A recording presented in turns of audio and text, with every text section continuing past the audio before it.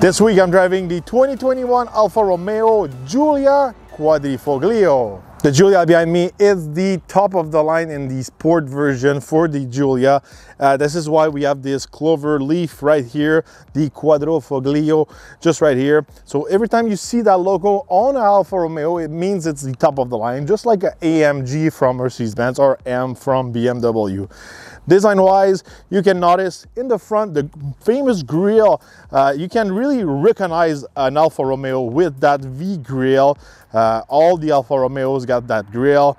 Really aggressive front end, carbon fiber lip, and the carbon fiber doesn't stop there. We have a carbon fiber hood and also a carbon fiber roof.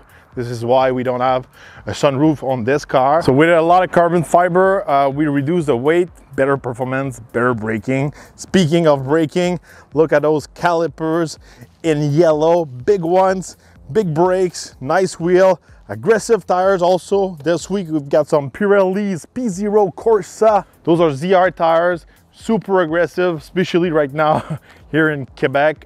We're almost in winter time. A little bit too aggressive for the weather right now. If we continue, we've got some carbon fiber touch also on the side skirts. If we step in the back, carbon fiber spoiler right here. You can also notice the rear diffuser and the quad exhaust to hear the sweet sound of the Giulia.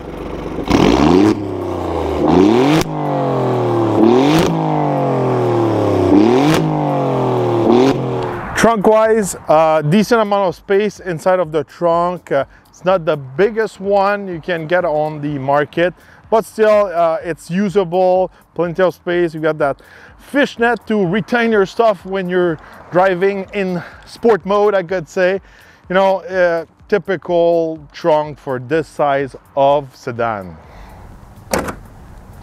Under the hood, we can find a V6 2.7 liter twin turbo, good for 503 horsepower, 443 foot-pounds of torque. This engine is matched to a 8-speed transmission, and it's a 90-degree V6. And this engine has been borrowed from the Ferrari California. Yes, the California's got a V8, but they chopped off 2 cylinders to make a V6. So basically it's the same kind of base of engine as the Ferrari, but you know, Ferrari don't like us to say it's a Ferrari engine, it's an Alfa Romeo engine. We're gonna say that, but still same kind of DNA behind this engine.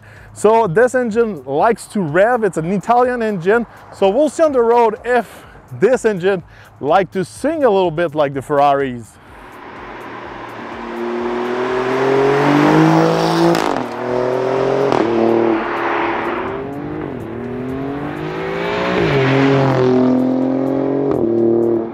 All right, behind the wheel of the Giulia. This thing is fun to drive. You know, it's got that, you know, Italian spice, you know, you feel inside of an Italian car. It's a lot of fun to drive, and it's something different from the German products.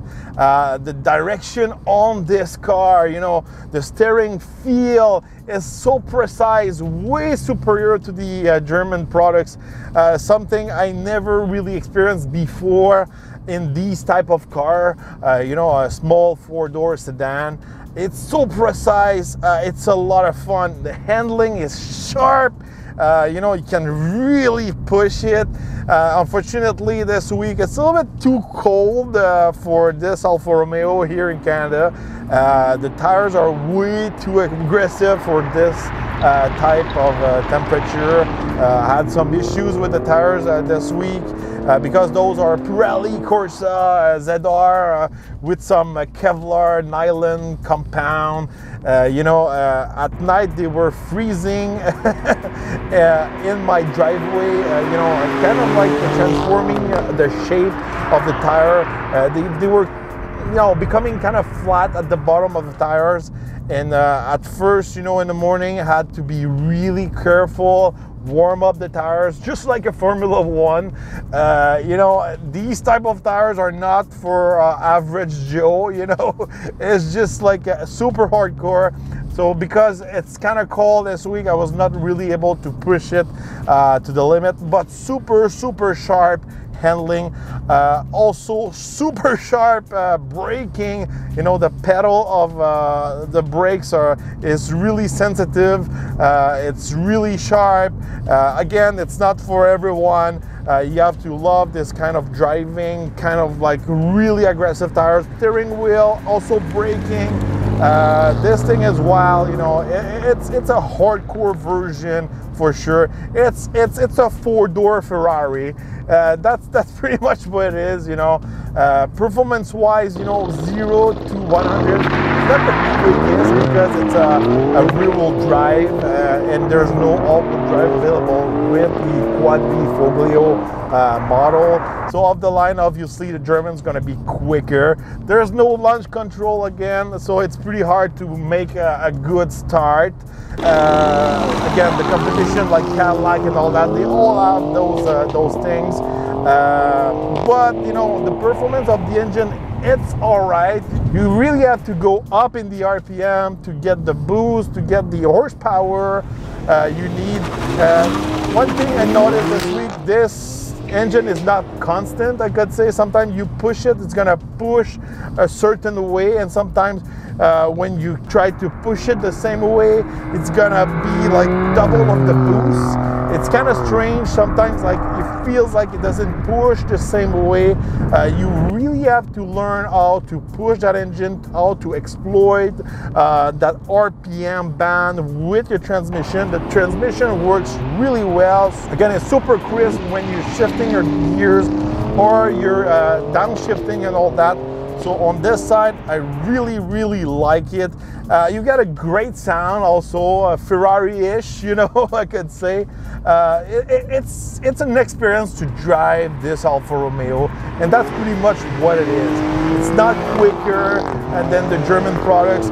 Maybe in the curves, you know, handling-wise, it's a bit, you know, up there.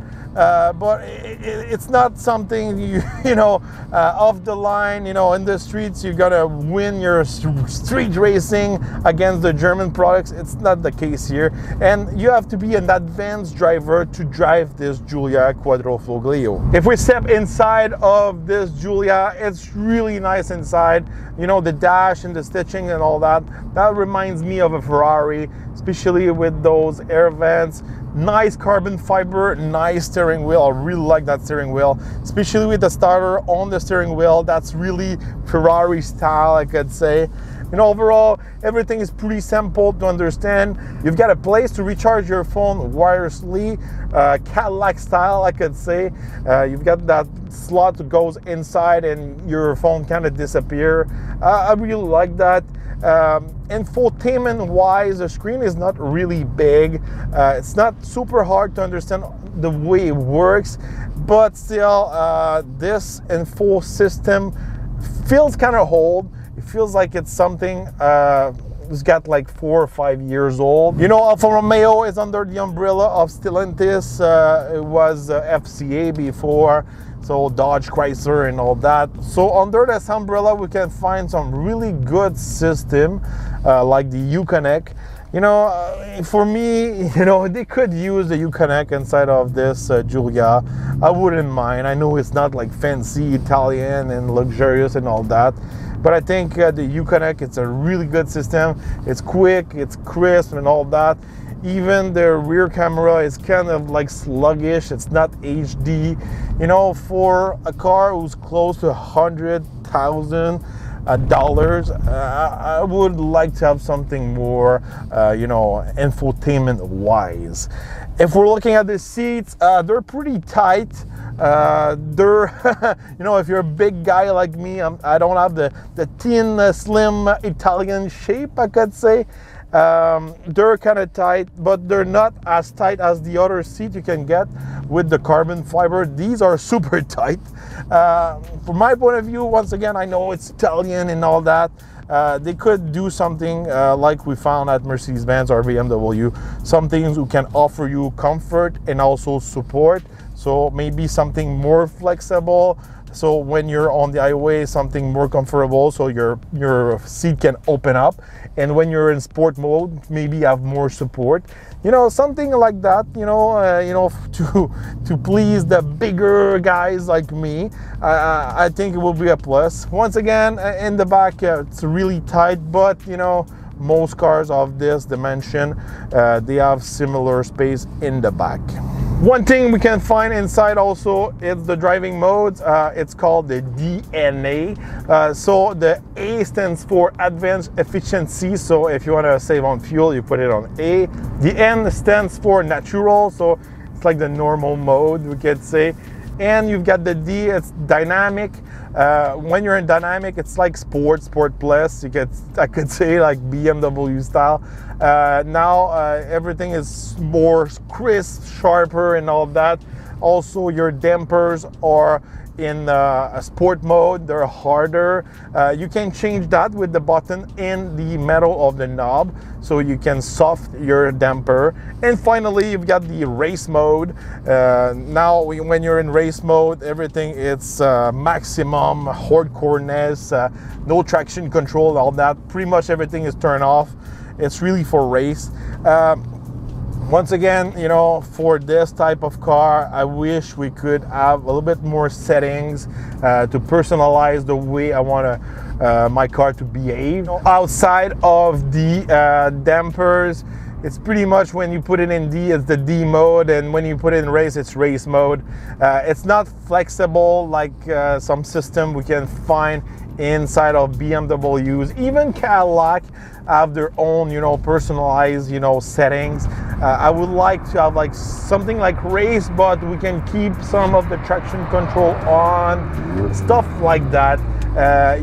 Once again, inside of the Stellantis, umbrella with the Uconnect system, you're able to play with all those settings for the SRT model. So I think it's something possible to do for the Alfa Romeo, and it won't be really complicated if they use the same system as the Dodge do. Speaking of Dodge, yes, there are some parts inside of this Alfa Romeo been borrowed from the Charger or the Challenger. The windows switches are pretty much the same, but for me it's not a big deal. It's just I don't need everything like super fancy Italian stuff. If you have some good window switches, works, go for it. That's pretty much what I want. If you have a good system like the Uconnect, even if it's not fancy Italian style, put it in the car. Put your best stuff when you have that big umbrella like Stellantis. That's what they should do at Alfa Romeo to please a little bit more a broad public with their products. Fuel economy wise, this week I was averaging around 12 liters per 100 kilometers. It's pretty decent, for the type of performance you can put out of this engine. Even this week, I was, really revving that engine to switch my gear and have fun. I was still able to manage a decent fuel economy. So, even if you want to save a little bit more on fuel, you're always on the A mode, the efficiency mode. I think you can have some decent fuel economy, way less than the 12 liters I was averaging this week. So fuel economy wise, it's pretty decent. Now if we're looking at the price, the model I'm driving this week is just under 94,000 Canadian. Yes, it's pretty expensive. Yes, there's a ton of other products on the market you can buy for the same price. Is it a good buy? I think if you have a space to store it for the winter and you like those type of car and you want something a little bit more different than the typical BMW, Mercedes and all that, I think it's great. Daily basis and driving this car all year around here in Canada, it doesn't really make any sense.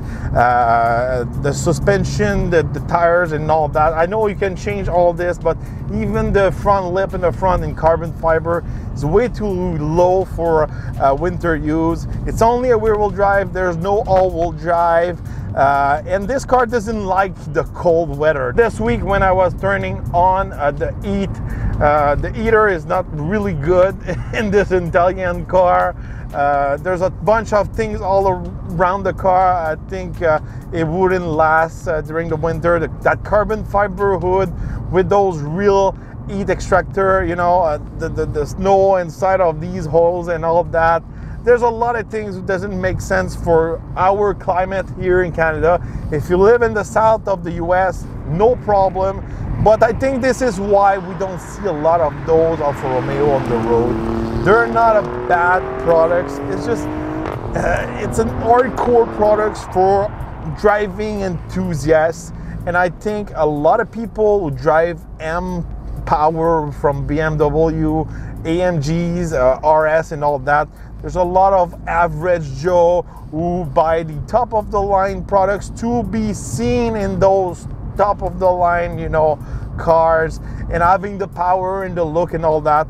But it's not everyone who really know, oh, I shouldn't use those tires with that condition of weather.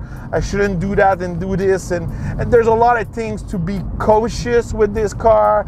And it's not for average Joe. The transmission, the engine, the braking, the tires, etc. It's not for everyone. And that's pretty much all I want to conclude my road test today.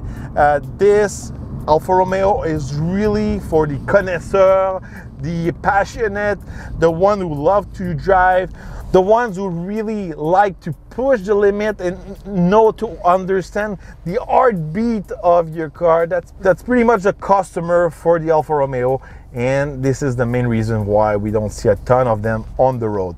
So let me know in the comments if you like this Alfa Romeo Giulia. Don't forget to subscribe, like, and share, and we're gonna see each other on the next review.